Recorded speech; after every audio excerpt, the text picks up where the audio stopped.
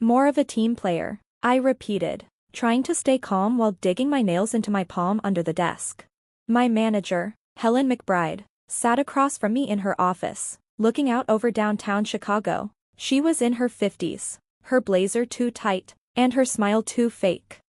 She leaned back and spoke sweetly. "Camille, you're smart, but Rachel, people like her. She's not more skilled or experienced. She's just easier to be around." I was 41. I joined Westlake Strategies at 35, leaving behind a teaching job to throw myself into the corporate world. I worked late nights, gave last-minute presentations, and saved tough client accounts. I doubled our Midwest portfolio, improved our training system, and helped the company save nearly $2 million. But Rachel, who posted lunch selfies and motivational quotes, was getting the promotion. Helen shuffled papers, expecting me to smile and thank her. Instead, I placed a white envelope on her desk. "Thanks for the feedback," I said calmly. "Here's my resignation. I'm leaving in 2 weeks." Helen looked surprised. "Camille, wait, let's talk."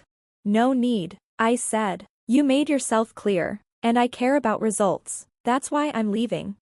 What she didn't know was that while Rachel was being liked, I had been quietly building my own leadership company. It was already growing and profitable. I hadn't lost. I had outgrown the place. If this story feels familiar, stay tuned. Camille is just getting started, and what comes next will prove that quitting isn't failure. It's a power move. And it will make Helen's decision look like a joke.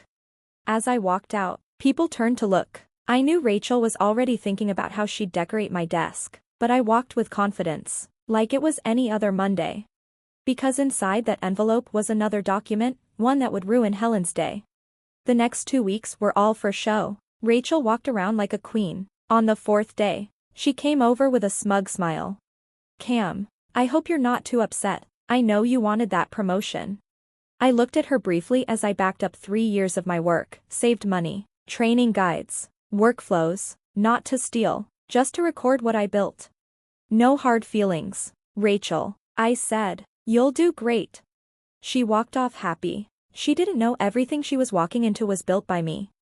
3 years ago, I started designing team performance software on my own time. Last week, my patent was approved. That second page in my resignation showed how valuable it really was, millions in revenue directly tied to my invention.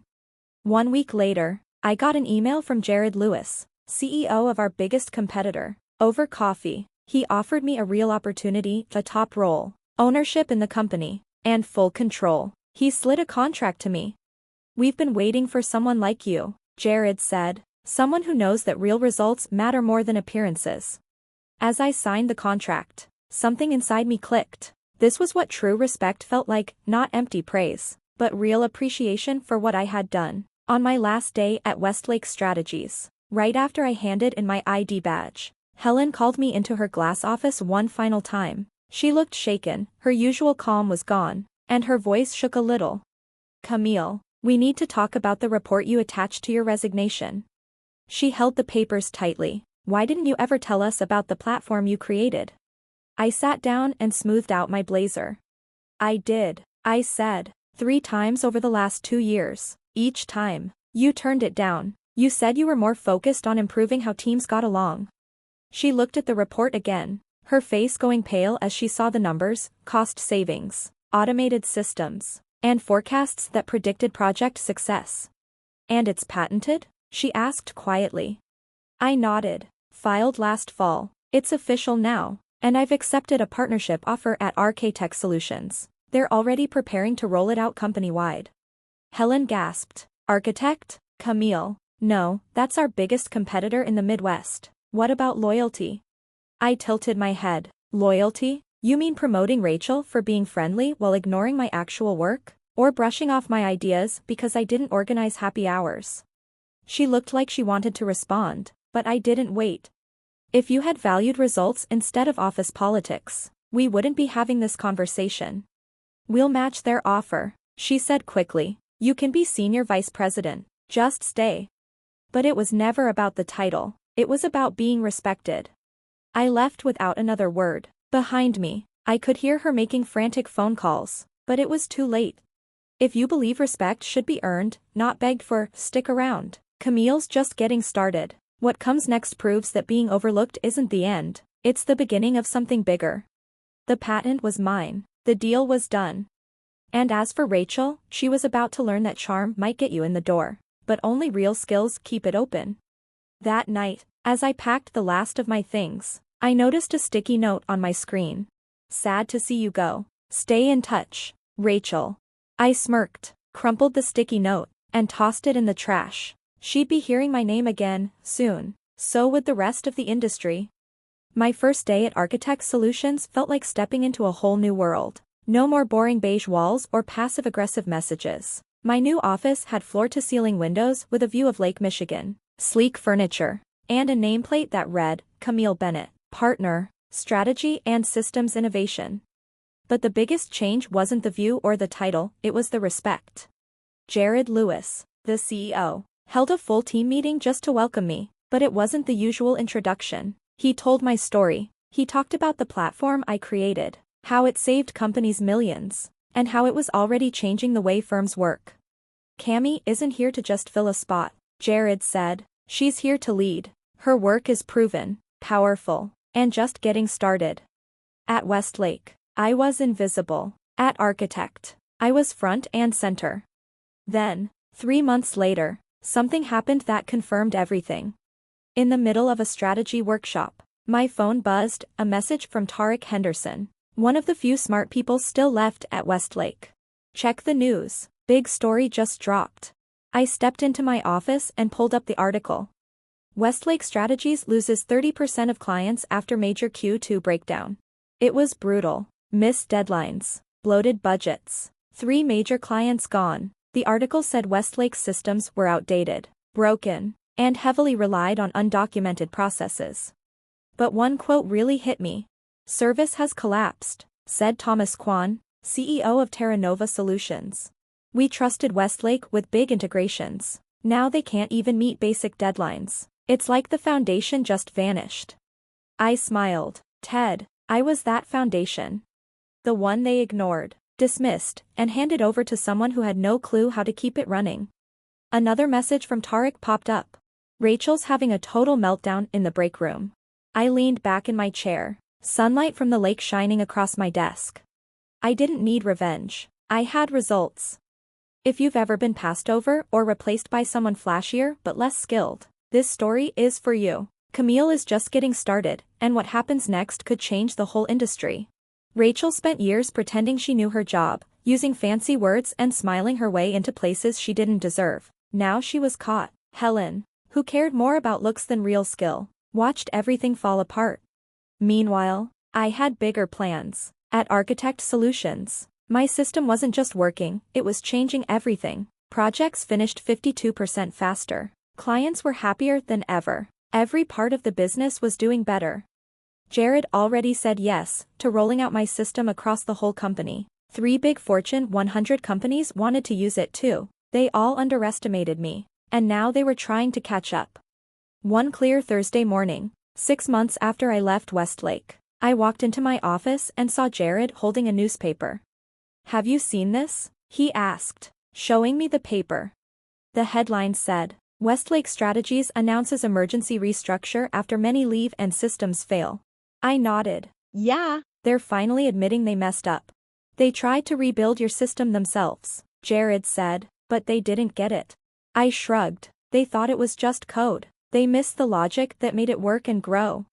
Jared smiled like someone who's been waiting for this moment. That's why the board just voted to promote you. Next week, you'll be Executive Vice President of Strategic Innovation. You didn't just fix things, you changed the whole company's path. I felt proud. This was true recognition, not for looking good, but for building something real. That evening, as the sun set over Chicago, I got an email from Helen McBride. Subject, apology. I'm sure you've heard about Westlake. I want to say I was wrong. Ignoring your work was my biggest mistake. The board knows now what we lost. I quit last week. Rachel left a month ago. Turns out charm can't replace real results. I know it's late, but you were right, results matter. I stared at the email, feeling many things. I didn't need her apology, but somehow, it felt meaningful. I just wish I'd seen that sooner. Best. Helen. I read it twice. There was a time when a message like that might have changed me, when even a late apology mattered. But that time was gone. Now, sitting in my office at Architect Solutions, sunlight shining on my patent certificate, with a plaque behind me for our best quarter and Forbes open on my desk naming me one of the top 10 women changing tech, Helen's message was no longer a turning point. It was just a footnote. I clicked a reply and wrote just one sentence. Thank you for your message. You're right, results do matter. I wish you well in what comes next. Then I sent it. I looked around my office. Everything here, every bit of respect I earned, was because of my hard work. No one gave it to me. No one traded it for approval. The next morning, I called a meeting with the whole team. The room filled quickly, engineers, analysts, designers. No one came just to be seen. They came because they cared. When it got quiet, I stood up and said, before we start the next rollout, I want to share a story, not about strategy or code, but about value, about seeing it in others, and never letting anyone else decide your worth. People nodded. They leaned in. They weren't just hearing my words, they felt what they meant. Because here, at this company we're building together, success isn't about looking good or playing politics. It's about honesty, purpose, and quiet strength that brings real change. That evening, driving home, I passed the Westlake building. The logo looked faded, like it lost its shine. A for lease sign blinked on the fourth-floor window. They were shrinking again. But I didn't feel proud. I felt thankful. Thankful they didn't believe in me. Thankful they ignored my work. Because by pushing me away, they gave me the chance to build something better, something real. Sometimes, the greatest gifts come wrapped in rejection. Sometimes, being laser-focused on results is what makes you unstoppable. And sometimes, the best way to respond to being underestimated is to build something so powerful, they can't look away. My phone buzzed. A message from Tariq lit up the screen. Westlake's board is asking about you. They want to know if you'll come back as CEO. I stared at the screen, then typed slowly. Thanks, Tariq, but I'm exactly where I need to be. Because real success isn't about going back to prove anyone wrong. It's about proving yourself right. It's about standing firm in your value, even when no one else sees it. It's about refusing to shrink for someone else's comfort, and choosing to rise for your own purpose. And that's where the Betrayal story begins. As I pulled into my Lincoln Park garage, I thought about all the other quiet professionals out there, people like me, doing great work but overlooked because they don't shout or play office politics. Maybe this story, the one I lived, will reach someone like that. Maybe it will be the sign they need to stop waiting for permission and start building anyway. Because sometimes, rejection isn't the end. It's a new direction. You take the rejection. You take the silence. And you turn it into energy, building systems, platforms, and legacies that show your too much was really just. You're more than they could handle. That night, sitting in my home office, looking over licensing deals for the system I built quietly, I felt something rare, peace. Above my desk, in a black frame, hung the quote Helen once used to insult me. You're too focused on results. She wasn't wrong. That focus is what brought me here. To leadership. To innovation. To clarity. To the place I was always meant to be, on my own terms. If you've read this far, thank you. Really. This story isn't just mine. It's for everyone who's ever been told they're too much, too serious, too focused, or not enough. If you see yourself in my story, I want to hear from you. Leave a comment, tell me where you are in your journey. Because I know how lonely it feels to give your all, get results, and still be ignored. You're not invisible. You're not imagining it. You're not asking for too much by wanting respect for what you do. If this story touched you, think about subscribing. Not just to see what happens next, but to join something bigger.